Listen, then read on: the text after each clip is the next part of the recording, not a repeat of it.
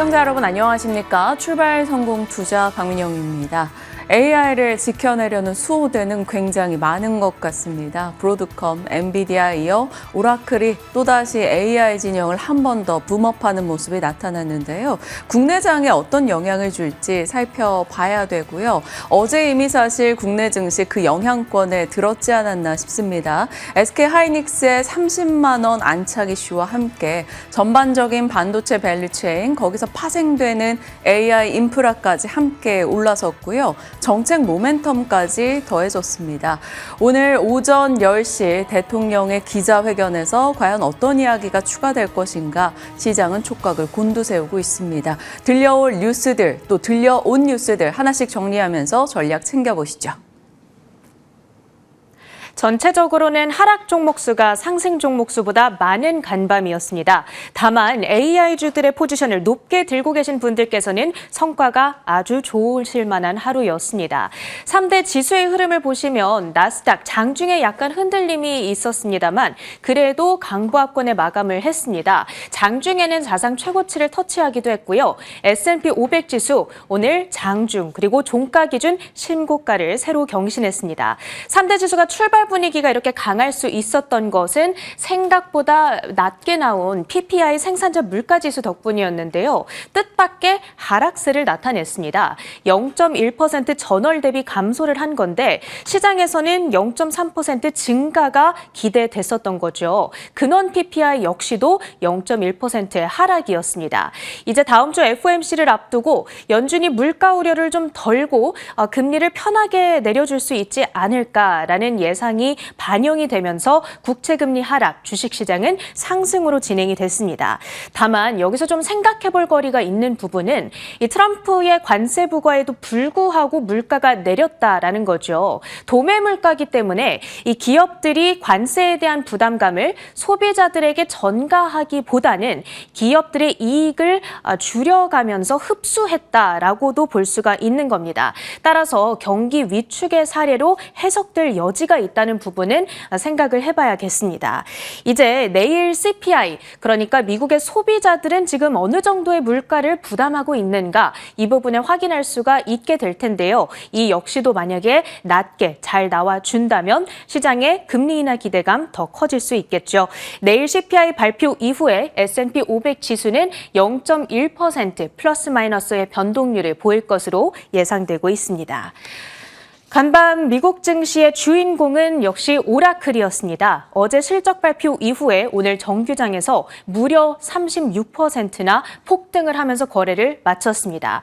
오라클의 실적이 AI주들의 투심을 전체적으로 살렸던 간밤이었는데요. 어제 내놨던 가이던스에서 2029년까지 매출액이 1,140억 달러까지 폭증할 거다라고 전망을 했던 바가 있습니다. 거기에다가 내년 한 해 동안에만 350억 달러의 캐펙스 지출을 전망했는데 이건 달리 말하자면 이렇게 엄청난 이 컴퓨팅 파워를 뒷받침하기 위해서 계속해서 새로운 데이터 센터를 건설해야 함을 의미하는 겁니다. 따라서 AI 데이터 센터 밸류 체인에 걸쳐 있는 종목들이 일제히 급등으로 진행이 됐던 간밤이었고요. 엔비디아 AI 데이터 센터 건설 예산의 70%는 엔비디아의 매출로 보통 잡히다 보니까 4% 가까이 급등으로 진행이 됐습니다. TSMC 어제 발표된 실적 좋았죠. 8월 매출 34% 증가. 거기다가 지금 대부분의 AI 칩들을 제조하고 있는 업체이다 보니 3.8% 동반 강세였습니다. 지난주에 실적 발표 후 날았던 브로드컴 역시도 10% 가까운 추가 강세를 나타냈습니다. 엔비디아 칩을 연결하는 네트워킹 장비를 생산하고 있는 업체이고요. 그리고 구글 등의 고객사들을 대상으로 하는 ASIC, 이 맞춤형 AI 칩 설계에서도 핵심적인 역할을 하고 있는 기업이 되겠습니다. AMD의 경우에는 물론 아직 점유율은 미미합니다만 AI용 그래픽 프로세서 시장 안에서 엔비디아의 주요한 경쟁자로 지목되고 있는 업체죠. 간밤 2.4% 경쟁 기업의 업체까지도 함께 날아오르는 양상이 나타났고요. 마이크론의 경우에는 엔비디아 최신 칩에 들어가는 메모리를 PC를 공급하고 있는 기업으로 3.5%의 강세로 진행이 됐습니다. 그리고 엔비디아의 칩을 기반으로 하는 서버 시스템을 제조하고 있는 업체들입니다. 슈퍼마이크로 컴퓨터와 델 테크놀로지스 2%대의 급등이었고요. 상승률이 두드러졌던 또 하나의 종목은 바로 엔비디아가 투자하고 있는 업체입니다. 코어 위브, 이 네오 클라우드 분야 안에서 오라클의 주요한 경쟁사로 지목되는 업체 17% 가까운 급등으로 진행이 됐습니다. AI 사이클의 힘을 계속해서 믿는 분들이라면 특히나 지금 이 밸류체인 기업들은 계속해서 워치리스트에 추가하신 다음에 지켜볼 필요가 있겠죠. 그렇다면 월가에서는 어제 실적에 대한 평가를 어찌 내놓고 있는가? 하루 사이에 정말 많은 하우스들이 목표 주가를 상향 조정하고 나섰습니다. 대표적으로 시티 측에서는 기존 240에서 410달러로 캔터 피츠제럴드에서도 이제는 400달러의 PT를 내다보고 있죠. DA 데이빗슨 그야말로 충격적일 정도로 놀랍다라는 평가를 CNBC와의 인터뷰에서 내놨고요. AI 트레이드에 대한 중대한 모멘텀이 확인되는 순간이었다. 웰스파고 측에서는 전하고 있습니다.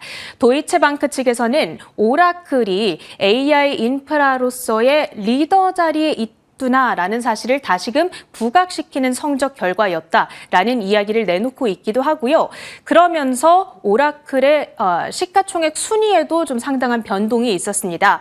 오늘 4계단 뛰어오르면서 9,222억 달러 시가총액을 도달했고요. 그러면서 시총 순위 탑 10 안에 진입을 하기도 했습니다. 이제 미국 증시 안에서 JP모건과 월마트, 일라이릴리, 비자보다도 더 큰 기업이 됐고요. 그러면서 레리 앨리슨 회장은 장중한 때 이 일론 머스크를 제치고 전 세계 1위 부호에 올라섰다라는 블룸버그의 진단이 전해지기도 했습니다.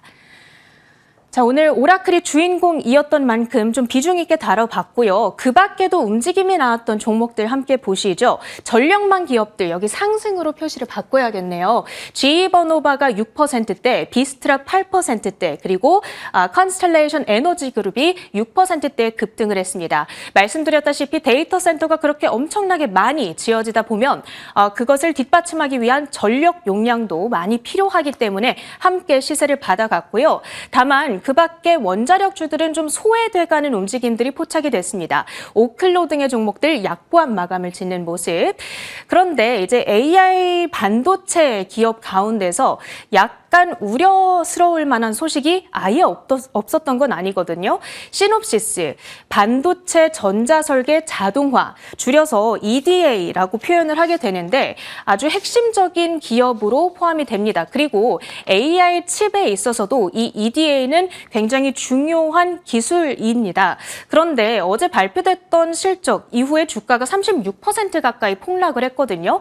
이유를 들어보니까 대중수출 규제 때문에 프로젝트가 취소 혹은 지연이 되면서 매출에서 미스가 났고 또 가이던스도 부진하게 발표가 됐습니다. 다만 이게 AI 시장 전체의 문제라기보다는 미중 간의 갈등 이슈에 기인한 실적 부진이다 보니까 AI주들에 대한 센티먼트에는 전반적인 영향이 없었다라고 평가해 볼 수 있겠죠. 테슬라의 주가는 강보합권의 마감을 지었습니다. 어제 말씀드렸다시피 메가팩 3 그리고 메가블록 ESS 신제품들을 공개를 했는데요.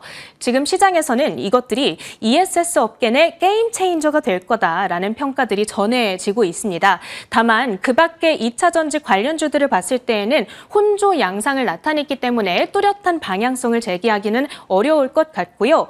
애플의 경우에는 신제품 실망감이 지속되며 3%대 급락이 이어졌습니다. 아마존의 주가도 3%대의 낙폭을 기록했는데 오라클의 클라우드 부문이 이렇게 치고 올라오고 있다 보니까 아마존 AWS의 점유율은 잠식당할 수 있을 것이다 라는 우려감이 발목을 잡고 있는 양상입니다. 미국 증시의 핵심적인 종목들 모두 다뤄봤고요. 오늘 어제 신고가를 기록했던 우리 증시 바통을 이어받을 수 있을지 투자 포인트 세워보시죠. 네, 전체 시장의 분위기들이 미국에서 또 국내까지 나쁘진 않습니다. 어제 국내 증시 양지수 모두 다 올랐고요. 코스피 쪽의 탄력이 훨씬 더 좋았습니다. 코스피 1.6% 상승했고요. 코스닥 0.9% 상승으로 거래를 마쳤죠. 자, 코스피가 어제 3,300선을 돌파했고요. 외국인의 현선물 매수 유입이 눈에 띄었습니다. 코스닥도 YTD 신고가로 대형주 중심의 선전의 흐름 나타났죠. 올해 국내 증시 상승률 주요 국가 20개 국가 중에서 G20 국가 중에서는 가장 앞단에 있습니다. 코스피가 무려 38%의 상승을 기록하면서 3,300시대 문을 열었던 어제이네요. 코스닥 순위도 나쁘진 않습니다. 22.8%의 상승률을 기록하고 있죠. 자, 뒤늦게 신고가 랠리에 합류하게 된 국내 증시인데요. 코스피 시가총액이 2,727조 사상 최대치를 경신했습니다. 어제 코스피 쪽에 33개 종목이 신고가를 기록했고요. 코스닥에서도 77개 종목의 신고가 흐름이 있었죠. 금리 인하에 대한 기대감 그리고 양도세 대주주 기준을 50억 원으로 유지할 것이다라는 기대감, 여기에 AI 모멘텀이 더해지며 시가총액 비중이 큰 대형 섹터의 강세 흐름이 나타났습니다. 이후 3차 상법 개정안 그리고 배당소득 분리과세 관련해서도 투자자들에게 우호적인 내용이 나오지 않을까라는 기대치가 높아지고 있죠. 이러한 정책적 모멘텀과 AI의 콜라보로 인해서 어제 국내장 또 새롭게 3,300선과 연중 신고가를 기록하는 코스닥까지 더해졌었습니다. 그러면 어떤 섹터들이 강했을까요? 한번 섹터 분위기들 살펴보시죠. 9월 증시 좋지 않을 거야 라는 공포 등이 있었는데 어제 흐름을 놓고 봤을 땐 그 공포는 싹 지워진 느낌이었습니다. AI, 어제 말씀드렸던 대로 오라클의 미라클, AI 서버 수요가 폭발적이다라는 것에서 AI 칩부터 가진 인프라 종목군들 그리고 블룸에너지까지도 같이 주가 급등이 있었고요. 이것이 국내장에도 영향을 줬죠. 여기에 금융위 측에서 국민성장펀드 150조를 발표했습니다. 정부의 이러한 의지가 AI를 성장시키겠다라는 명확한 방향을 보여준 것이라 시장에는 우호적으로 작용했고요. TSMC의 패키징 수요가 폭증하고 있다라는 소식 등도 AI 진영에 힘을 줬죠. SK하이닉스 어제 30만 원 안착했습니다. 얼마 전에 막 UBS 34만 원 목표가 얘기했던 것 같은데요. 30만 원을 넘어서니까 정말 곧 가능할까라는 기대를 또다시 품게 되네요. 5% 이상의 폭등으로 30만 4천 원을 기록했죠. 소부장 종목군들까지 동반 강세를 기록했고요. 전력, 인프라 그리고 수소 연료전지까지도 같이 강세를 나타냈습니다. 그러면 전력 얘기 살짝 하고 가볼까요? 테슬라 측에서 일론 머스크가 변압기 생산할 것이다 라는 얘기가 나오면서 경쟁보다는 쇼티지 그리고 변압기 등의 전력 인프라가 필요하다라는 것이 부각됐고요. 오라클의 미라클로 데이터 센터 전력 사용 증가 내러티브가 강화됐죠.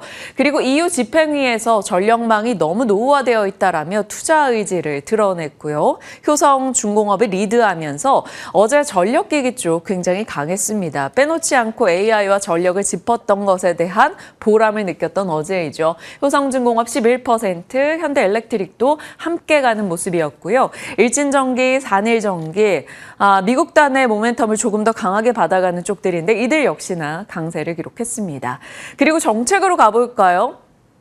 바로 오늘입니다. 오전 10시에 대통령 취임 100일을 기념해서 이제 간담회가 있을 건데 기자회견에서 어떤 얘기가 나오는 것인가. 시장에서는 대통령실이 이야기했던 대로 양도세 대주주 기준에 대한 언급이 있을 것으로 판단을 하고 있습니다. 그런데 대통령이 직접 언급한다라는 것은 시장에 우호적일 것이고 그러면 50억 원이 유지되지 않겠느냐라는 기대치가 높죠. 은행, 증권, 지주 어제 상승이었고요. 외국인들이 이제 정책 기대감, 거버넌스 모멘텀을 갖고 투자를 했기 때문에 기존의 외국인이 매수할 때 많이 사는 쪽 반도체, 은행 등입니다. 어제 은행으로 외국인의 매수세도 꽤 들어오면서 전반적인 금융과 지주단의 종목들이 함께 좋았다라고 볼 수 있겠네요. 자, 로봇도 빅테크의 로봇화 또 중국의 유니트리가 10월 이경에 상장을 준비하고 있다라는 얘기 일전에 한번 짚었던 일정이고요. 미국의 제조업 이전, 노란봉투법 등의 이슈로 어제 또한 올라가는 종목들이 있었고요.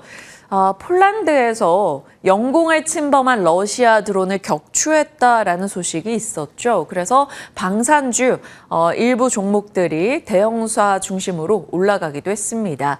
자, 반면에 이렇게 좋았던 쪽도 있습니다만 어제 2차 전지는 상승에 동참하지 못했어요. 금리 인하라는 키워드를 안고 있긴 합니다만 이미 시세가 살짝 꺾여 있고 CATL 광산이 재가동된다 조금 빠르게라는 소식이 들려오면서 리튬 가격 하락에 대한 우려 반영이 됐습니다. 그리고 애플 신작이 공개됐는데 평이 막 그리 나쁘진 않았습니다만 언제나 그랬듯 미리 좀 올라가고 세론의 흐름이 나타났고 참신하거나 혁신적이진 않았다라는 얘기는 들려오고 있습니다. 어제장에 대한 요약, 시장의 분위기가 조금은 AI를 비롯해서 다시금 조선, 방산, 원전에 치우쳐져 있던 것이 수급 이동이 좀 나타나고 있다. 이것을 확인할 수 있는 대목이었습니다.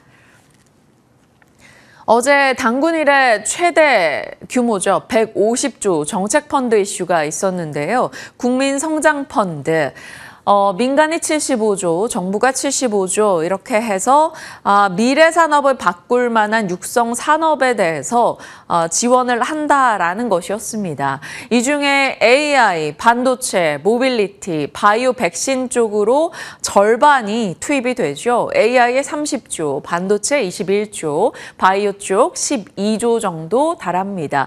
그 외에 지원하는 핵심 산업들, 2차 전지, 로봇, 항공우주, 수소 연료전지, 원자력, 디스플레이 등인데요. 이렇게 11개 미래 산업에 투자를 하고 지원을 해주겠다라는 내용이 담겨 있었습니다.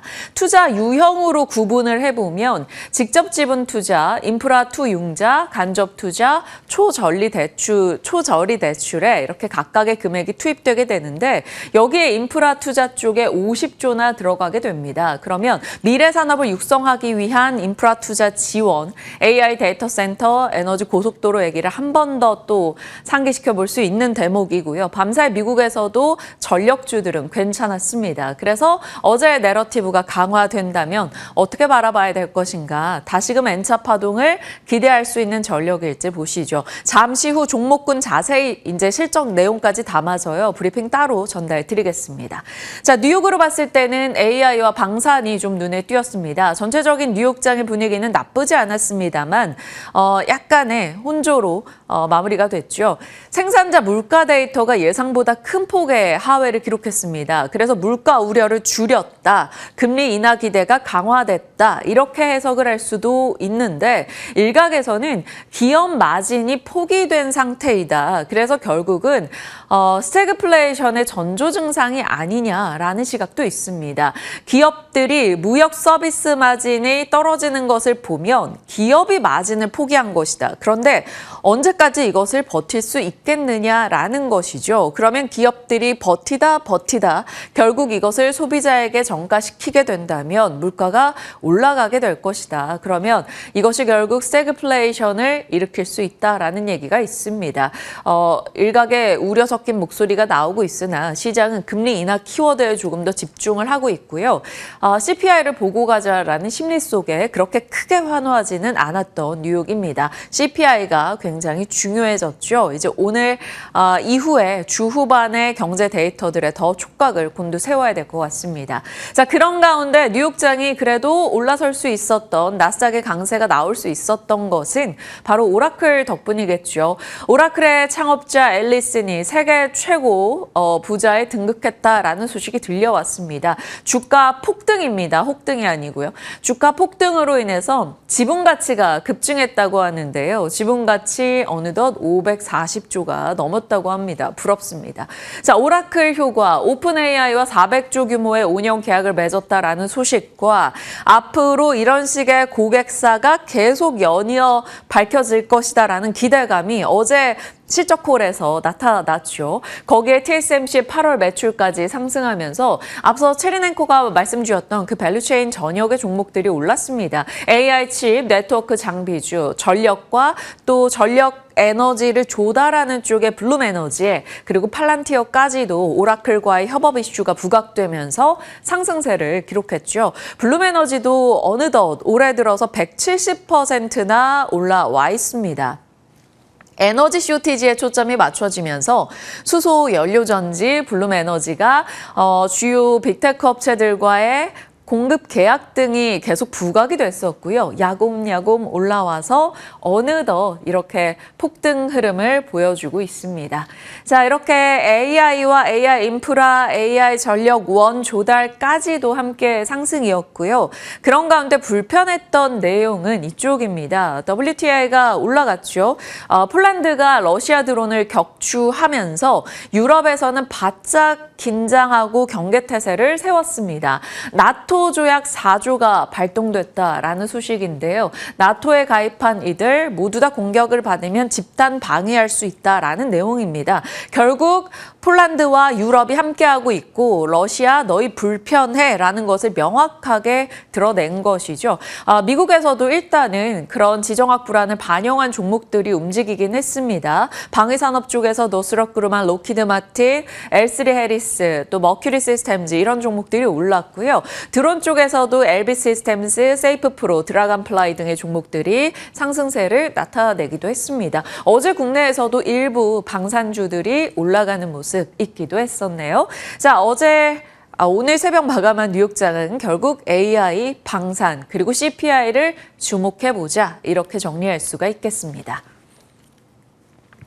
자, 오라클 이슈와 함께 클라우드에 대해서 한 번 더 돌아보게 되죠. 자, 네비우스가 마이크로소프트와 외주 클라우드 계약을 맺었다라는 소식에 폭등하기도 했었고요. 마이크로소프트의 지난 실적을 복기해 본다면 클라우드 사업부가 굉장히 빠르게 성장한 것을 확인할 수 있었습니다. 그리고 오라클, 이번에 클라우드 매출이 소프트웨어 매출을 넘어섰다고 하죠. AI 클라우드 주문이 폭증했다라는 것을 한 번 더 우리에게 상기시켰습니다. 줬습니다. AI 시장이 개화하면서 데이터를 저장하고 방대한 데이터를 효율적으로 관리하고 AI 플랫폼 서비스와 잘 접목시킬 수 있게 해주는 이 클라우드 성장성이 부각되고 있는 것을 여실히 보여주고 있죠. 그러면 국내에서 클라우드 밸류체인 종목들을 어떻게 나눠봐야 될까 굉장히 고민했습니다. 오라클 관련주로 뽑아볼까도 고민을 했어요. 오라클 관련주로 생각한다면 코치비나 KINX 이렇게 사업부 연결이 좀 있는 업체들 중심으로 움직임을 보일 것이고요. 클라우드라는 밸류체인으로 살펴봤을 때는 이렇게 정리해 볼 수 있겠습니다. 클라우드 인프라 구축에서는 대형 SI 업체들, 삼성 SDS, LG CNS, 현대 오토에버, 엠로 이런 쪽들을 떠올려 볼 수 있고요. 통신사나 KINX 혹은 NHN을 넣어봤습니다. 사실 대형 SI 업체들 같은 경우는 그룹 내에서 IT 인프라를 구축하고 유지 보수하는 기업들이죠.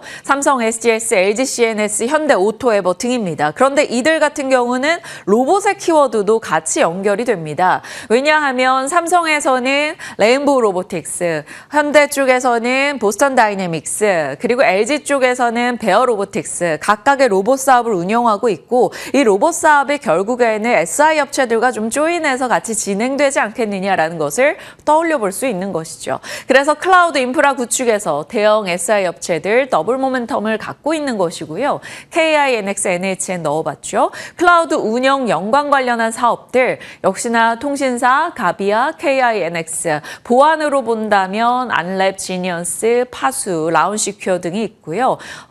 XM이라는 종목도 같이 체크가 될 겁니다. 퍼블릭 클라우드 사업 업체로는 요즘 자주 말씀드렸던 네이버, NHN, 그리고 소프트웨어 관련한 서비스 업체들, 더존, 비존, 가비아, 한글과 컴퓨터, 네이버, 카카오 체크할 수 있겠습니다. 클라우드 쪽이 좀 더 주목받게 될 수 있다면 이런 종목들이 있다 정도 생각해 주시길 바랍니다. 시장의 분위기 살피러 가보시죠. 전체적인 시장, 뉴욕장 나쁠 것은 없었죠. 금리 인하냐 경기 침체나 여전히 말이 많기는 합니다만 그래도 시장 자체는 금리 인하에 조금 더 무게를 싣고 있고요. 오늘 우리 장에서는 무엇보다 오전 10시에 대통령 기자회견, 양도소득세 관련해서 기준을 어떻게 낼 것인가에 대한 발표를 대기하고 있을 겁니다. 긍정적인 결과, 그러니까 50억 원이 유지되고 내일 CPI도 너무 높지 않게 잘 나오게 된다면 시장은 이제 금리 인하와 유동성 공급, 코스닥의 붐이라고 생각했을 때 바이오 등을 중심으로 올라갈 여지를 조금 더 받아갈 수 있을 겁니다. 자, AI 쪽에서는 AI 수호대가 점점 늘어나고 있죠. 엔비디아, 브로드컴, 오라클, 메타, 오픈AI, 그리고 마이크로소프트 등입니다. 자, 하이퍼스케일러 이런 빅테크 업체들이 AI 캐펙스 투자를 2028년도까지 2조 달러로 예상하고 있다. 그러면 우리 돈으로 한 2,800조 정도 되나요? 엄청난 누적 캐펙스 투자가 진행되고 있다는 것을 한 번 더 확인할 수 있는 뉴스가 등장했고요. 여기에 맞춰서 오라클의 클라우드 성장, 그리고 TSMC의 8월 매출 호조, 데이터 생태계에 대한 기대감이 높아지고 있습니다. 뉴욕장에서 좋은 흐름이 있었고요. 블룸에너지의 상승도 살펴봤죠. 블룸에너지 올라서 좋긴 한데 너무 많이 오른 건 아닌가라는 좀 불안감도 스물스물 나오는 것 같아요. 그래서 출입구 앞에서 SOFC 종목들은 언제든 좀 이익 실현을 염두에 두고 대응을 해야 되냐 이런 고민도 있습니다. 물론 국내에서는 SOFC 종목들이 뭐 블룸에너지처럼 올라가진 않았으니까요. 참고하시고요. 이슈 측면에서는 뉴욕타임즈에서 트럼프 행정부가 중국산 의약품 규제 강화를 저울질하고 있다. 이쪽에 규제하면 국내 수혜 기대감을 가져갈 수 있을지 일단 촉각을 곤두 세워보겠고요. EU 최고법원에서 핵 에너지는 친환경적으로 볼 수 있다라는 판결을 내렸다고 합니다. 원전의 키워드 일단은 체크는 합니다만 시세적으로 수급적으로 지금 힘받고 있지는 않은 분위기입니다. 자, 구원투수가 됐었던 마스가가 다시금 부각될 수 있을까요? 지정학적 불안이 고조될 때는 에너지 불안이 한 번 더 떠오르고요. 북극 항로 얘기가 요즘 자주 나옵니다. 특수선인 쉐빙선 등에 대한 모멘텀, 일단 조선의 키워드도 두긴 합니다만 지금으로서는 이쪽에 굉장히 많은 관심이 집중되어 있다 보니까 여기까지 강한 군집성을 보일 수급은 오늘로는 기대하기 어렵지 않을까 이런 시각 등이 있습니다. 물론 뉴스에 따라 분위기는 달라질 수 있겠죠. 자, 수소 연료전지, 현재 발전용 연료전지, 고체 산화물 연료전지라고 하는데요. 순수한 수소 외에 천연가스도 연료로 사용합니다.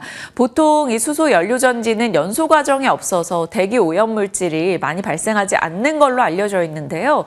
천연가스를 개질해서 수소를 만들면 탄소가 나오긴 합니다. 그래서 과거에는 한번 붐업이 있었다가 이 탄소가 나오는 것 때문에 살짝 주춤하기도 했었거든요. 그런데 결국 AI 투자, 데이터 센터가 늘어나면서 수소 연료전지에 대한 필요성이 다시 한번 대두되고 있습니다.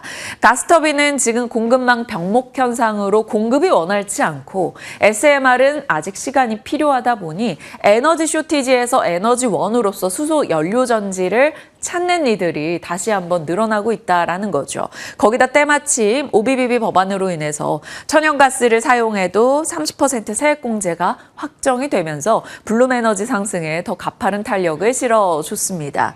자, SOFC의 장점은 천연가스 공급 인프라만 있으면 빠르게 설치가 가능하고요. 전력망 연계성이 낮은 지역도 설치가 수월하고 설비하는 그 영토라 그래야 되나요? 설치 면적도 신재생보다 작다고 합니다. 그래서 SOFC가 블룸에너지를 중심으로 주목을 받았었고 국내에서는 관련 종목으로는 두산 퓨얼셀, GNC 에너지, 자회사가 관련 사업을 하고 있고요. 범한 퓨얼셀, S퓨얼셀, 비나텍, SK 이터닉스 등등을 꼽을 수 있습니다. 조금 더 나아간다면 한중 NCS 등까지 같이 체크할 수 있고요. 한선 엔지니어링도 떠오르긴 하네요.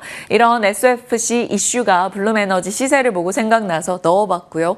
오늘은 무엇보다 중요한 것은 이 일정이 되겠습니다. 대통령 100일 담화, 그리고 한국의 선물옵션 만기일이라는 점 무난히 지나갈 것으로 보는 시각 등도 많습니다. 자, 미국의 CPI 오늘 밤에 나오는 이 내용 중요하고요. 그 뒤로는 이제 9월 18일에 한국 시간으로 이제 새벽에 발표되는 FOMC 결과 중요하겠고요. 여전히 로봇 일정들 남아있다 정도 체크해 주시죠. 자, 시장의 흐름 짚어봤고요. 섹터 뉴스 들어가 봅니다. 미나 앵커 오늘 전력 쪽 자세히 살펴주신다고요? 네, 그렇습니다. 사실 최근 들어서 민용 앵커가 저희 투자뉴스 7에서 전력주들 굉장히 많이 다뤄주셨죠. 9월 4일에도 한번 봐주셨고요. 그리고 전일에도 개장 전에 봐주신 이후에 주가가 또 한번 탄력적인 움직임을 나타내기도 했습니다. 전력 설비단은 사실 올해뿐만 아니라 몇 년째 상승 흐름을 가져가고 있기 때문에 그래서 더 의미가 깊다고도 볼 수 있을 텐데요. 우선 올해 상승률만 보시더라도 효성중공업은 254% 넘게 상승했고요. HD현대일렉트릭 같은 경우에도 46%대, 일진전기와 산일전기, LS일렉트릭까지 모두 다 두 자릿수대 급등으로 거래를 마치는 모습이 나타났습니다. 다만 올해만 이렇게 오른 것이 아니라 거의 4년째 상승하고 있는 섹터이기 때문에 올해 상승률로 그친 게 아니라 아마 4년 전에 투자하신 분들은 지금 상당한 수익률을 가지고 계실 것 같은데요. 이렇게 4년째 상승을 하는 것이라면 뭐 1년 정도는 조금 더 얹어주면 안 되나? 이런 생각도 들죠. 그래서 현재 시점 나에게 기회를 줄 수 있을지 또는 보유자의 영역에서 조금 더 욕심을 내봐도 괜찮을지 알아보는 시간 가져보도록 하겠습니다. 현재로서는 전기 부족 시대죠. 그리고 이렇게 전력기기 쪽에 탄력을 받는 이유도 전력이 현저하게 부족할 것으로 전망이 되고 있기 때문입니다. 지금 전력망 인프라 확충은 불가피하고 이거 자체가 시대적으로 해결해야 하는 과제로 여겨지고 있기 때문에 수요 증가에 대한 모멘텀이 가장 크게 자리를 잡고 있는 거고요. 특히 AI 데이터 센터 전력 수요가 폭증하는 상황 속에서 공급망 병목 현상이 나타나고 있기 때문에 이것을 빠르게 채워넣기 위해서는 우리나라 변압기라든지 전력기기도 많이 수요를 채워줘야 한다라는 그러한 내러티브가 생기고 있는 거죠. 그리고 특히나 미국과 유럽 같은 경우에는 노후 전력망을 빠르게 좀 교체해야 한다라는 필요성이 부각이 되고 있는 만큼 미국 시장과 유럽 시장이 가장 유력한 시장으로 꼽히고 있는 상황이고요. 유럽이 이제 미국에 이어서 떠오르는 시장으로 여겨지고 있다는 점도 체크 포인트가 되겠습니다. 그리고 일론 머스크는 한 2023년부터 2024년일까요? 2023년, 24년 그쯤부터 벌써 이 전력 부족 사태에 대해서 예견을 한 바 있는데요. 이제 칩 부족 다음은 전기와 변압기 부족일 것이고 칩 구동을 위한 충분한 전력 확보가 어려울 것이다 라고 말을 하면서 몇 년 전부터 공식적으로 이렇게 전력 수요에 대한 중요도를 조명하기도 했습니다. 우리나라 변압기가 각광을 받고 있는 이유는 일단 시장의 관점에서만 살펴본다면 일감이 많이 쌓여있기 때문인데요. 5년치일감을 미리 확보했다라는 차원에서 수주에 대한 우려감 없고요. 실적에 대한 기대감은 있는 상황입니다. 지금 변압기 시장을 쭉 살펴보면 수급 불균형이 이루어지고 있죠. 그리고 제가 항상 시장에 대해서 말씀을 드릴 때 공급자 우위 시장이 형성되는 것이 이쪽 기업들에게는 좋다라고 말씀을 드리는 것처럼 이렇게 변압기, 전력기기 시장도 마찬가지입니다. 지금 공급자들이 조금 더 유리한 위치에 있기 때문에 여기서 단가를 높인다든지 실적을 더 많이 가져올 만한 여력이 남아있다는 점에서 투자 모멘텀이 있는 거고 상반기 대형 변압기 대미 수출액을 살펴보시더라도 전년 대비 121.6% 증가했다는 점도 하나의 긍정적인 포인트가 되겠습니다.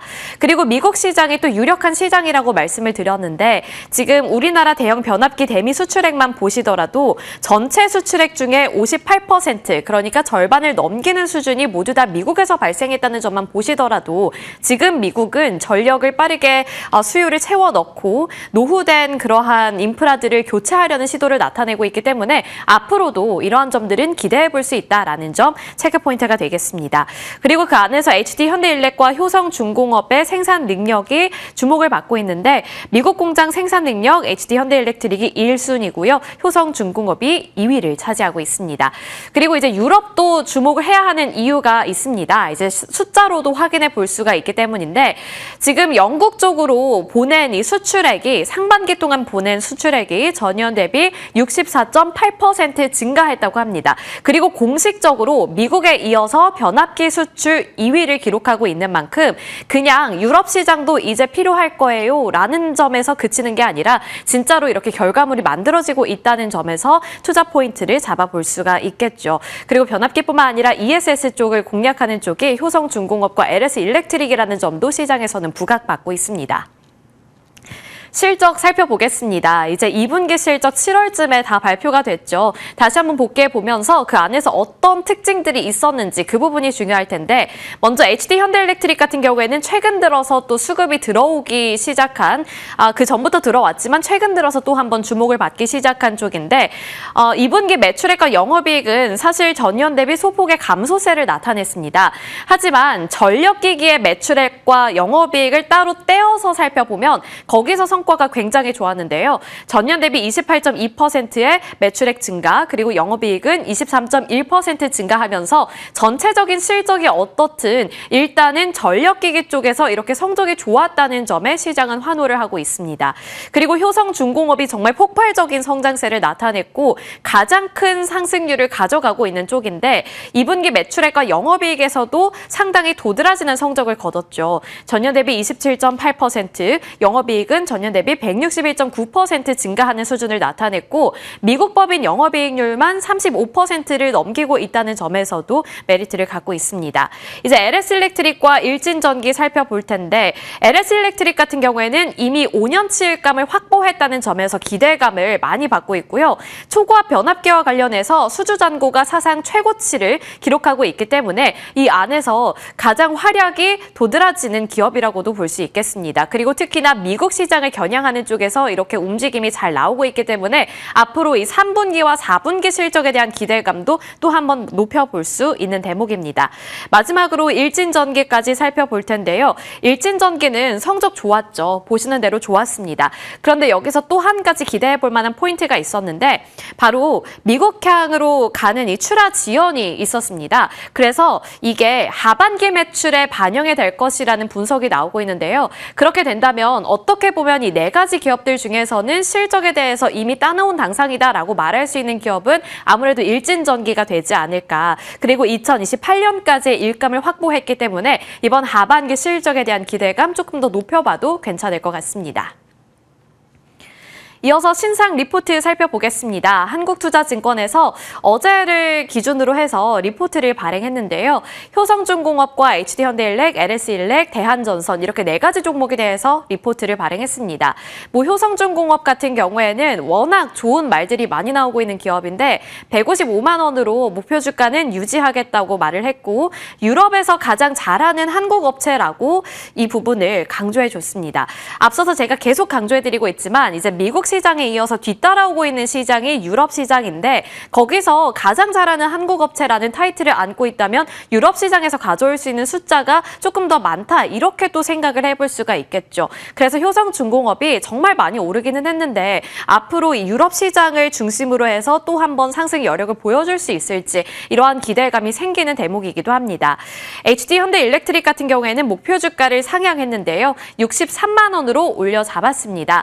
지금 HD현대일렉트릭도 급등을 했고 어제도 8%대 강세를 나타내면서 56만 원 선을 터치했는데 그보다 더 오를 수 있다는 점에 무게를 둬도 괜찮을지 전략 세워보시면 좋을 것 같고요. LS일렉트릭은 우선 미국을 먼저 공략한다. 그러니까 앞서 살펴본 것처럼 미국 시장에서 가장 도드라지는 성적을 기록하고 있는 기업이기 때문에 미국 시장 하면 LS일렉트릭 이렇게 좀 공식이 생기는 분위기이기도 합니다.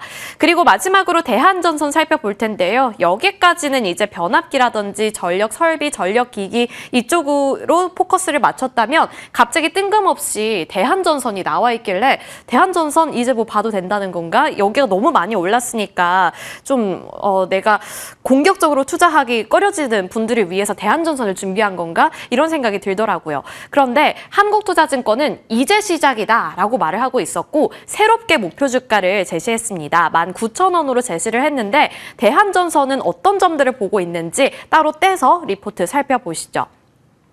우선 한국투자증권에서는 대한전선에 대해서 안정적인 이익 개선 국면에 진입했다라고 평가를 하고 있었는데요. 이제 본 게임은 내년부터라고 보고 있습니다. 미국과 유럽의 전력 인프라 개선 수요가 증가하고 있고 이는 결국에 대한전선의 수주잔고 증가로 이어질 것이라는 점을 조명하고 있었고요. 수주잔고를 살펴보시면 2023년에는 1조 7,395억 원이었는데 올해 2분기까지 2조 8,907억 원을 기록하면서 66% 6% 넘는 증가율을 기록했습니다. 그리고 고수익성 수주잔고 프로젝트가 2025년, 그러니까 올해 하반기부터 매출에 인식이 될 것이라고 봤고요. 2026년부터 영업이익 증가 속도가 본격화될 것이라고 봤습니다. 그러니까 지금까지 탄탄하게 쌓아 올리고 있는 포트폴리오가 내년부터 결과를 만들어낼 것으로 보고 있는 거고요.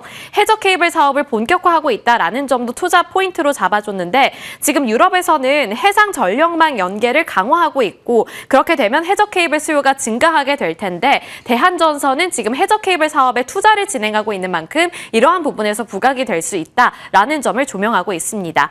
그리고 2027년 하반기 준공 이후 2028년부터 본격 가동할 것으로 보이기 때문에 이제 내년을 노리고 지금부터 모아가도 괜찮을지 이러한 부분들이 궁금해지는 대목이죠. 따라서 대한전선 전일장 한 5% 가까이 상승을 했는데 지금이 적기일지 저희와 함께 찾아보시면 좋을 것 같고요. 전력설비단은 N년차 상승세를 나타내고 있는 만큼 앞으로 한 1, 2년 정도 추가적으로 상승 바라봐도 괜찮을지 저희와 함께 그에 맞는 전략 세워보시길 바라겠습니다.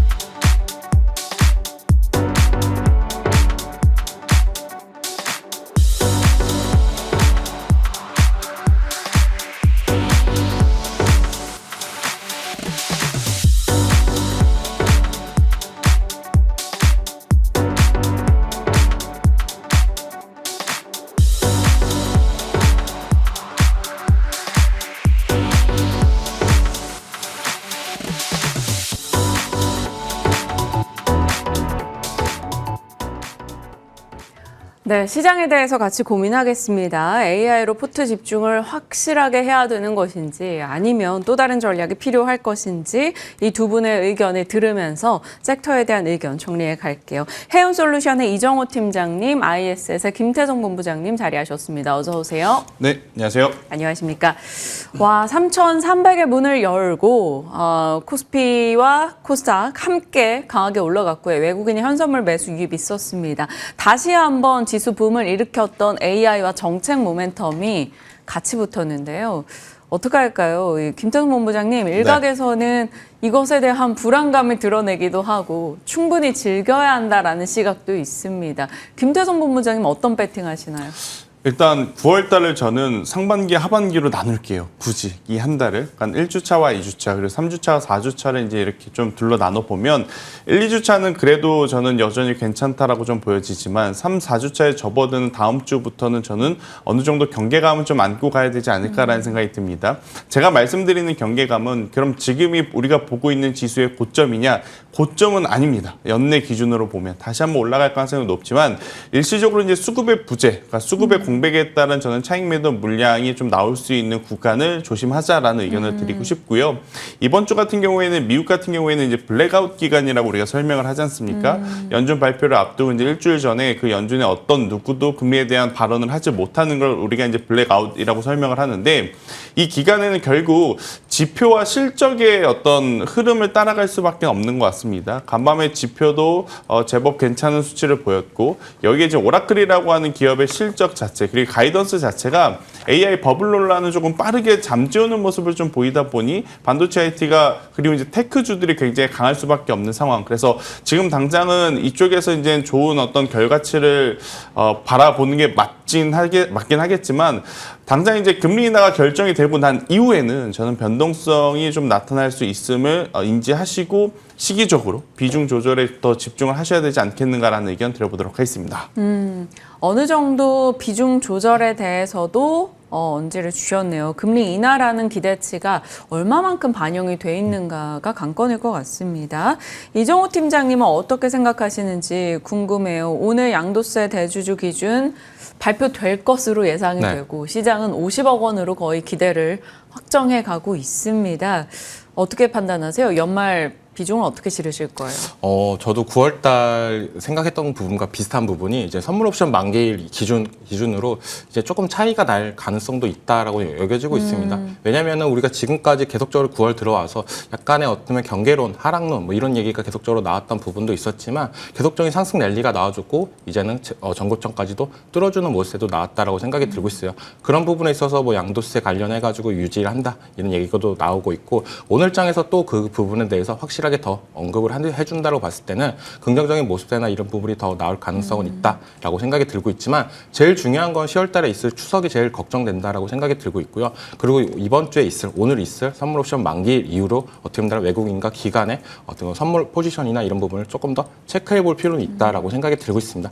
그런 부분에 있어서 어떻게 본다면은 지금 연말로 가면 갈수록 더 올라갈 가능성은 있겠지만 지금은 약간의 보수적인 관점으로 대응을 하는 게 저는 조금 더 바람직하지 않나라고도 생각이 들고 있어요.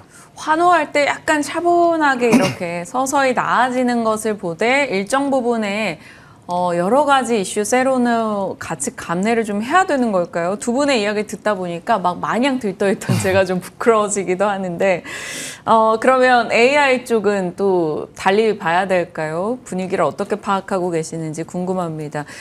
김태성 본부장님, 네. 저희 작가님 너무 재치 있으시죠? 하이닉스 어제 30만 원 넘어섰고 5% 급등, 코스피 상승의 상당 부분을 기여했을 겁니다. 하이닉스와 함께 이제 반도체 소부장단 기존에 말씀 주셨던 의견들 한 번 더 업데이트 해주시죠. 일단 저는 사실 가격적으로 27만 원에서 26만 원 밴드에서 조금 머물렀다가 이제 방향성을 정하지 않을까라는 생각을 좀 했었거든요.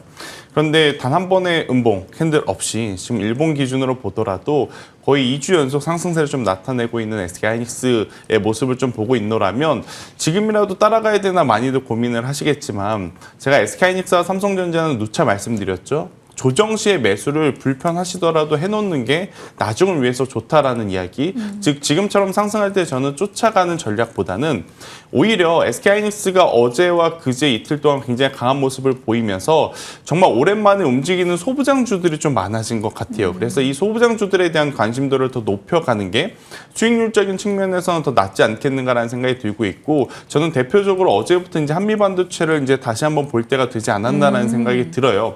결국 이제 SK하이닉스가 올라가는 이유는 HBM4에 대한 기대감 그리고 이제 마이크론 테크놀로지라든지 브로드컴과 같은 어떤 테크주들의 이제 순환매가 여전히 AI 버블 논란은 아직 멀었다라는 것을 의미하고 있는 상황이라 저는 소부장주들을 보실 때 그동안에는 이스페타시스, SNS텍, 이오테크닉스 위주로 좀 말씀을 드려왔었는데 어제 기준으로는 이제는 한미반도체를 최근에 저점 라인 8만 원이라는 가격대를 손절 라인을 잡고 우리가 접근을 한다면 손익비가 굉장히 저는 괜찮다고 보여지거든요. 현재 구간에서 8만 원 이탈을 하게 되었을 때 손절한다 했었을 시 손절 어떤 퍼센테이지는 그렇게 크지 않고 만약 여기서 지금 SK하이닉스를 따라서 한미반도체가 커플링되어 움직여준다라고 하면 최소 이제 단기 목표는 10만 원 그리고 이제 그 다음 중기 목표 같은 경우에는 11만 원에서 12만 원 이제 레인지 범위를 좀 설정을 해드릴 수는 있을 것 같아서 지금은 SK하이닉스와 삼성전자를 나도 좀 따라가야 되나 이렇게 생각을 하시기보단 이들을 방향계 삼아서 반도체 소부장 중에서 손익비 자리가 괜찮은 쪽에 더 집중을 하시는 게 조금은 더 나은 선택일 수 있겠다라는 의견을 한번 드려보도록 하겠습니다. 네. 그런데 이제 한미반도체가 9월 9일 기준으로 또 공매도가 네. 상당히 많은 종목 1위입니다. 코스피 쪽에서. 요거 괜찮을까요? 저는 충분히 괜찮다라고 좀 보여져요. 사실 지금 테크 기업들은 공매도의 어떤 물량 자체가 한순간에 또 없어지거나 아니면 이것들이 이제 쇼스키즈 현상을 나타내는 경우도 좀 있기 때문에 한미 반도체에 대해서는 공매도 너무 신경 쓸 필요는 없으실 것 같고요. 조금은 더 바라보시는 게 맞지 않을까. 그러니까 이게 제가 좀 자신 있게 말씀드리는 이유가 뭐냐면 100% 올라간다 이게 아니라 손절 라인이 명확하기 때문에 제가 이제 강하게 좀 말씀을 드리는 거거든요. 그렇다고 해서 손절 라인이 지금 매수가 대비해서 뭐 15%, 20%, 30% 이게 아닌 상황이라서 저는 손익비가 괜찮은 자리에 반도체 소부장주들은 지금 위치에서 한번 공략해 볼 필요는 있겠다는 설명을 드려보도록 하겠습니다. 네, 알겠습니다. 김태성 본부장님의 AI 반도체 라인에 대한 의견이었고요.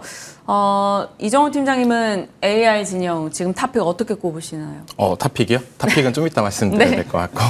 네, AI 시장 관련해가지고 저는 이제는 분위기가 많이 바뀌었다라고 생각이 들고 있어요. AI 거품론이다 이런 얘기가 계속적으로 나왔던 부분이 브로드컴 실적 그리고 그리고 오라클의 실적으로 인해서 다 해소가 되지 않았나라고 생각하는 부분이 오라클 실적을 보면은 어떻게 보면 실적이 예상치보다 하회를 하는 모습가 나왔습니다. 하지만 데이터 센터 기대나 아니면 클라우드 매출 기대나 이런 부분이 나와주면서 어떻게 본다면은 폭등이 나와줬다라고 볼 수가 있는데 그만큼 AI 거품론이 나올 때마다 얘기가 나왔던 부분 뭐냐 이제는 실적이나 이런 부분이 꺾일 가능성은 있다라고 하면서 우려를 했던 부분이 제일 크다라고 생각이 들고 있어요. 하지만 진짜 실질적으로 실적이 꺾였는데 어떻게 보면 기대성이 더 많으면서 올라가 준다라고 본다면 아직은 거품론을 논할 자리는 아니지 않나라고 생각이 들고 있고 제일 중요한 건 우리나라랑 엔비디아랑 밀접한 연관이 있었다라고 볼 수가 있는데 지금 글로벌적으로는 탈 엔비디아 현상이 나와주고 있다라고 생각이 들고 있습니다.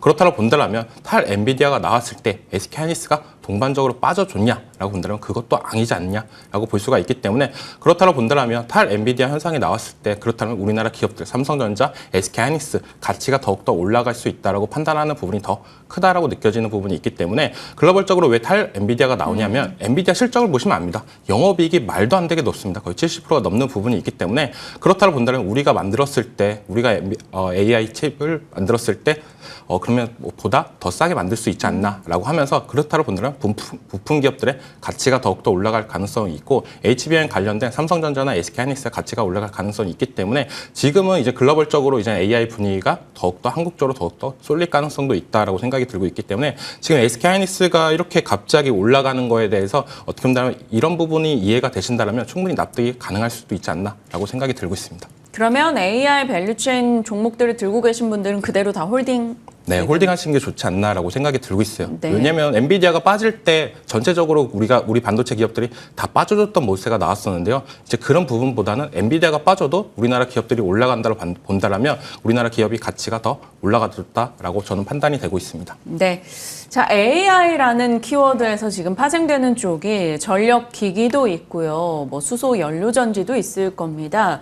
블룸에너지 혹은 미국 내에서 GE버노바 이런 종목들 같이 분위기를 타고 있는데요. 전력기기 하면 사실 이정호 팀장님도 산일전기, 일진전기 얘기 주셨고 김대성 본부장이 워낙 전력 얘기 많이 주셨고 전선 쪽 강조도 같이 해주셨었잖아요. 김대성 본부장님 AS 하고 네. 가겠습니다. 전력 지금 골라본다면 아직도 탑픽은 전선으로 보시나요? 그러니까 탑픽을 굳이 비교하자면 전선보다 전력기기가 낫겠죠. 그런데 이제 전력기기를 바라보는 시선들의 이제 상당수가 뭐 가지고 계신 분들은 행복하죠. 근데 없으신 분들 입장에서는 지금 이 가격에 내가 들어가면 왠지 좀 밀려 내려갈 것 같다라는 고민이 있으실 것 같아서 제가 이제 대체제로 전선을 좀 말씀드려 왔는데 아마 대한전선을 제가 가장 많이 이야기를 드려왔던 것 같아요. 타이밍 좋게 오늘 아침에 또 브리핑도 대한전선에 대해서 굉장히 좋은 이야기들이 나와서 여기에 이제 추가적인 이야기를 두 가지를 좀 할게요. 일단 대한전선 같은 경우에는 그러니까 여러분들이 차트를 보시면 이제 물음표가 하나 붙습니다. 아니 그렇게 수주 잔고가 많고 그렇게 좋은 성과를 냈으면서 왜 주가는 여전히 바닥권에 머물고 있어? 어떤 문제가 있는 것 아니야? 일단 문제가 두 가지가 있습니다. 하나는 증자에 대한 이슈, 물량 이슈가 좀 해소가 되어야 되는데 이것은 충분히 시간이 지나면 자연스럽게 해결될 이슈 이렇게 좀 보시면 될 것 같고 두 번째로는 뭐 아시는 분들은 아시겠지만 LS와의 지금 소송 이슈가 좀 걸려 있어요. 그런데 소송 이슈가 걸려 있음에도 불구하고 글로벌 기업들이 여기에 수주를 준다고 하는 것 자체가 그렇게 크게 우려할 만한 상황은 아니지 않겠는가라고 저는 판단을 하고 있고 가장 중요한 건 HVDC 기술입니다. 이게 여러분들이 이제 공시를 쭉 스토리텔링을 해보면 작년 9월 달에 처음으로 미국으로 900억짜리 프로젝트를 신규 수주를 합니다. 대한전선 단독으로. 그 이후에 수주 잔고가 굉장히 급격하게 늘었어요. 근데 만약 이 기간에 대한전선뿐만 아니라 대원전선, LS전선, 가온전선도 같이 수주가 늘었다면 아무래도 이제 그 수주 잔고의 다수가 국내 프로젝트일 가능성이 높은데 대한전선만 유독 갑작스럽게 수주 잔고가 늘어났다는 것은 저는 북미발 수주 잔고의 확률이 굉장히 높다라고 판단을 하고 있고 또 이제 북미발 수주 잔고라고 하면 이게 다 HVDC 그러니까 고마진 제품들에 대한 수주 잔고의 확률이 높거든요. 그렇게 된다면 지금 대한전선의 가장 어떻게 보면 마지막까지 단점으로 지목이 되고 있는 낮은 영업 이익률이 다가오는 하반기에 빠르게 개선이 될 가능성이 저는 높다고 보고 있거든요. 그래서 현재 위치는 전력기기도 물론 좋지만 전선주들을 보실 때 대한전선의 현재 흐름은 결코 부담스러운 가격대는 아니지 않겠는가라는 의견까지 한번 더 드려보면서 어제 그제 이틀 동안 올라왔다 하더라도 거기서 거기입니다. 그렇기 때문에 너무 걱정하지 마시고 만약 전력의 공감대가 형성이 되신 분들은 전선주들 한번 계속 보시는 게 맞지 않을까라는 의견 드리겠습니다. 네, 거기서 거기. 네, 네. 덕분에 웃었습니다. 대한전선을 비롯해서 전선 쪽에 대해서 왜 강조를 해주셨는지에 대한 내용, 그리고 대한전선에 대한 여러 의구심들을 일단 하나씩 요목조목 짚어서 얘기해 주셨어요. 이정호 팀장님은 이제 기존의 산일전기, 일진전기 개장단에서 많이 말씀해 주셨던 네. 걸로 기억을 하는데 어떻게 AS 하십니까? 전력기기 관련해가지고는 좀 분위기가 좀 달라졌다라고 생각이 들고 있어요. 전력기기 해봤자 종목이 살 종목이 5종목밖에 없다라고 생각이 들고 있습니다. 전력기기 3대장, 일진전기, 산일전기 이렇게 5종목밖에 없는데 그 3대장 종목들은 미국의 공장을 갖고 있는 약간의 프리미엄 때문에 관세 얘기가 나올 때마다 그래도 어느 정도 하방 압력을 지켜줬다라고 생각이 드는데 일진전기와 산일전기 같은 경우에는 하방 압력이 조금 더 강하게 나와줬다라고 생각이 들고 있어요. 그렇다고 본다면 어느 정도 바닥을 다지고 어제장에서는 동반적으로 올라줬다라고 본다면 다시 한번 신고가 갱신이 나왔던 종목들을 따라 들어가야 되냐 아니면 신고가까지도 어느 정도 여력이 있는 종목들을 따라가야 되느냐 이렇게 나눌 수가 있다라고 볼 수가 있는데 저는 신고가까지 갱신을 하면서 종목들을 따라가는 것보다는 아직까지도 좀 남아있는 산일전기나 일진전기가 조금 더 매력적이지 않나라고 생각이 들고 있고 충분히 그 전력기기 3대장 관련 종목들이 나쁘다라고 하는 게 아니라 충분히 매력적인 포인트나 이런 부분이 있겠지만 약간의 부담감은 있다라고 생각이 들고 있어요. 물론 고점에서 대량 거래량이 터지면서 장대 양봉이 나온 것보다는 거래량 없이 상승했던 부분이 있기 때문에 추가적인 상승 탄력은 나올 가능성은 있겠지만 저는 조금 더 안정성이 있는 일진전기, 산일전기가 나아 보인다라고 말씀을 해드리겠습니다. 네. 두 분의 전력기기, 전력인프라 관련한 의견 AS 살펴봤고요. 금융주는 어떻게 판단하고 계실지 여쭤보고 싶습니다. 김태선 본부장님, 네. 지금 정책 기대감으로 굉장히 강하게 올랐다가 정책 기대가 약화되면서 굉장히 지리멸렬한 시간을 보냈다가 다시금 정책과 AI의 강화로 올라서고 있습니다. 탄력을 받고요. 그 가운데 정책 기대가 금융, 지주단으로 압축이 되고 있는데 어떻게 판단하십니까? 일단 신규 매수의 타이밍은 살짝 놓쳤죠. 그러니까 매수를 하실 거라면 지난 어떤 8월 달에 가격 조정, 기간 조정이 나왔을 때 천천히 모아 가셨어야 최근 2, 3거래일 동안의 시세를 좀 누리지 않았을까라는 생각이 드는데 현재 국간에서 그러면 나도 증권주를 다시 한번 담아볼까라고 하시는 분들은 오늘 오전 10시에 우리가 뭐 발표가 좀 예정되어 있지 않습니까? 그 발표 이후의 흐름을 보고 만약 세로뉴스로 부각이 되면서 조정이 나오면 저는 그 조정을 이용해 볼 필요는 있지 않겠는가라는 생각이 듭니다. 결국 하루아침에 시장의 질이 바뀌진 않을 거예요. 굉장히 또 긴 시간 여러 가지 이야기들이 나오면서 증시를 가꿔질 가능성이 높기 때문에 오히려 역으로 세로뉴스가 나오게 되면 그때가 저는 타이밍이라고 좀 보시면 될 것 같고 증권주들 너무 많은데요. 은행주들 너무 많은데요. 그럼 도대체 뭘 사야 돼요? 이렇게 좀 생각하시는 분들이 많더라고요.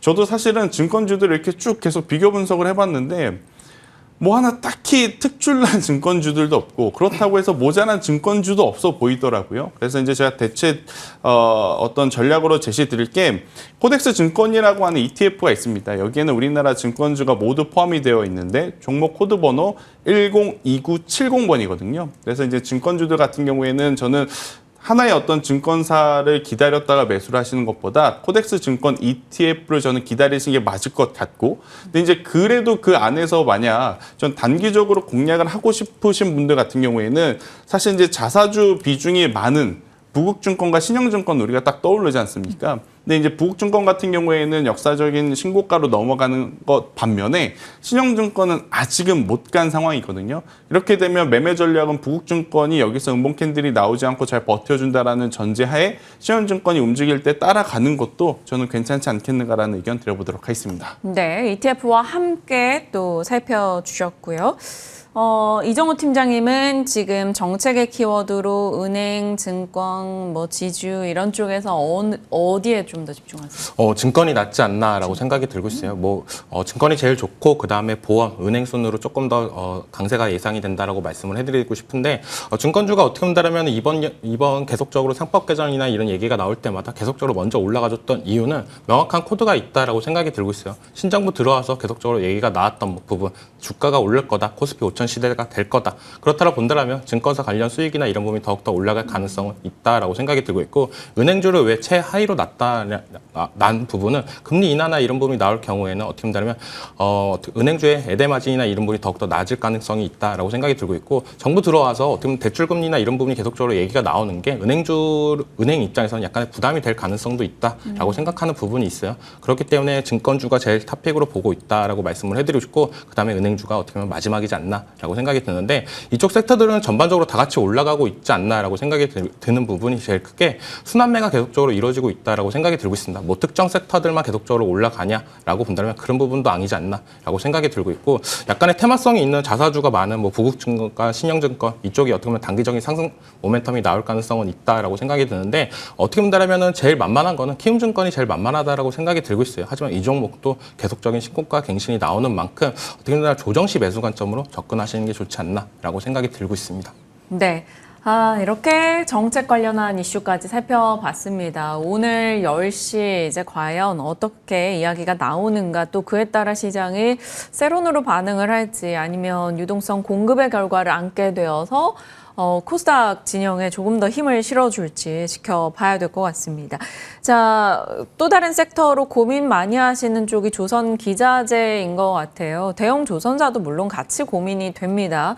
마스가는 우리가 힘들 때 징수에서 계속 몇 번의 구원투수 역할을 해줬고 끝까지 이제 기자재까지 같이 올려주며 조선 전반이 좋았는데 지금의 조선에 대해서는 많이들 고민하는 것 같아요. 김태선 본부장님. 네, 일단 저도 최근 들어 가장 고민 많은 섹터가 지금 조선주예요. 특히나 조선 기자재 같은 경우에는 최근 이거래일, 그러니까 어제와 그제 급격하게 큰 변화의 모습을 보였거든요. 특히나 HJ중공업은 당분간 좀 힘들지 않을까라고 생각이 들었는데 하루아침에 또 다시 반등을 하면서 또 급등을 하는 이제 조선 기자재 대표적으로 마지막에 지금 움직이고 있던 피팅 밸브도 이틀 전만 하더라도 장 중에 아무래도 이제 증권주의 수급 이동이 나타나면서 조선 기자재주들이 윗꼬리가 좀 길게 달리면서 당분간 좀 힘들겠다라는 흐름들이 나왔었는데 또 하루 만에 어제 또 피팅 밸브류들이 올라가는 걸 보고 있노라면 참 복잡해진 것은 맞는 것 같아요.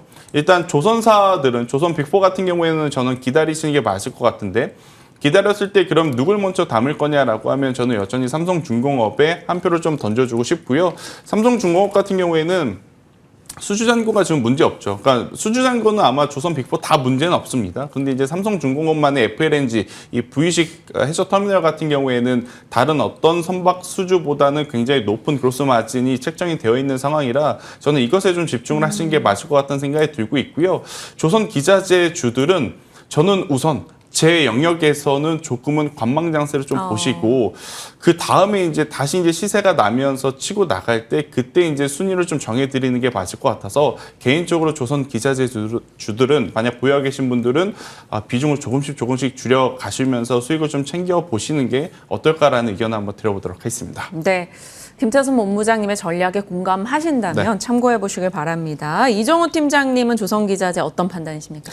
좀 솔직히 말해서 쉬어갔으면 좋겠다라는 생각도 들고 있어요. 그래야 좀 담아갈 수도 있지 않나라고 생각이 들고 있고 그래야 좀 조선주가 쉴 때 나머지 섹터들로 약간의 수급세나 이런 분이 들어올 가능성도 있다라고 생각이 들고 있습니다. 그만큼 요즘 시장에서 제일 많이 핫한 섹터지 않나라고 생각이 드는데 기자재 관련 종목들이 이제는 또 살 종목들이 있냐라는 생각이 든다 보면 정말 없다라고 생각이 들고 있어요. 전체적으로 순환매가 이루어지면서 피팅, 밸브, 뭐 탱크, 데크하우스 다 올라주고 있지 않나, 엔진까지도 다 올라주고 있지 않나라는 생각이 들고 있기 때문에 지금 같은 경우는 약간의 어떻게 보면 전략이라고 말씀해 드린다고 본다면 조선 기자재를 팔고 다른 섹터로 갈아타는 것보다는 조선 기자재 관련 종목을 팔면 똑같이 조선 기자재 관련 종목으로 들어가시는 게 제일 좋다라고 말씀을 해드리고 싶어요.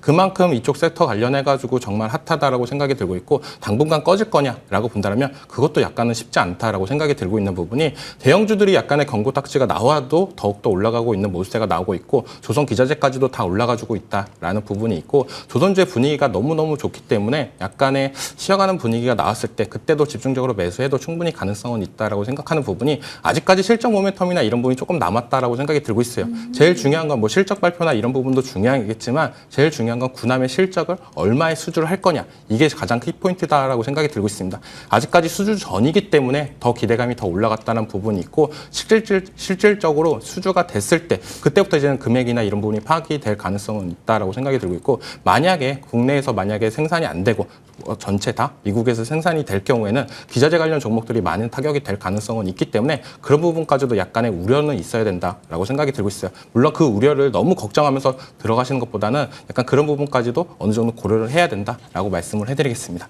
네. 조선 기자재가 조정이 나왔으면 좋겠다. 왜냐? 살 수 있는 기회니까. 조선 기자재 팔고 조선 기자재 살 거다. 이쪽으로 굉장히 크게 비중을 싣고 의견을 싣고 가시는 모습인데요. 어떨지 저희 궁금해집니다. 전체적인 시장이었고요. 픽 가기 전에 저희 바이오 한번 질문 드리고 싶어요. 바이오에 대한 의견을 어떻게 주실지 한번 살펴주시죠. 김태훈 본부장님. 저는 바이오 굉장히 긍정적으로 좀 이야기를 드려오고 있습니다. 일단 어제 개장에서도 지금 알테오젠, 보로노이, 리가켄바이오, ABL바이오 이런 것들 중에 제가 나름의 순서를 좀 정해드렸는데 제가 순서 정해드리는 것은 기업의 좋고 나쁘고라기보단 상승할 가능성이 좀 높은 순서대로 제가 좀 추려드리는 거거든요. 오늘도 보면 어제 이제 1위도 보로노이였어요. 어제 이제 보로노이가 역사적인 어떤 박스권 돌파를 하기 직전의 모습에 좀 안착되어 있어서 제가 이제 보로노이를 1순위로 말씀을 드렸는데 장 중후반부에 그걸 이제 돌파를 하면서 이제 신고가 위로 올라왔더라고요. 그러면 저는 오늘도 여전히 그 추세는 이어질 가능성이 높다는 생각이 들어서 보로노이의 이제 추가적인 상승세를 기대해 볼 만하다가 첫 번째고 이제 두 번째로 드렸던 삼천당 제약도 어제 이제 시세가 마지막까지도 계속 이어지고 있는 상황이라 삼천당 제약까지도 한번 같이 좀 보시는 게 맞을 것 같다는 생각이 들고 있고요.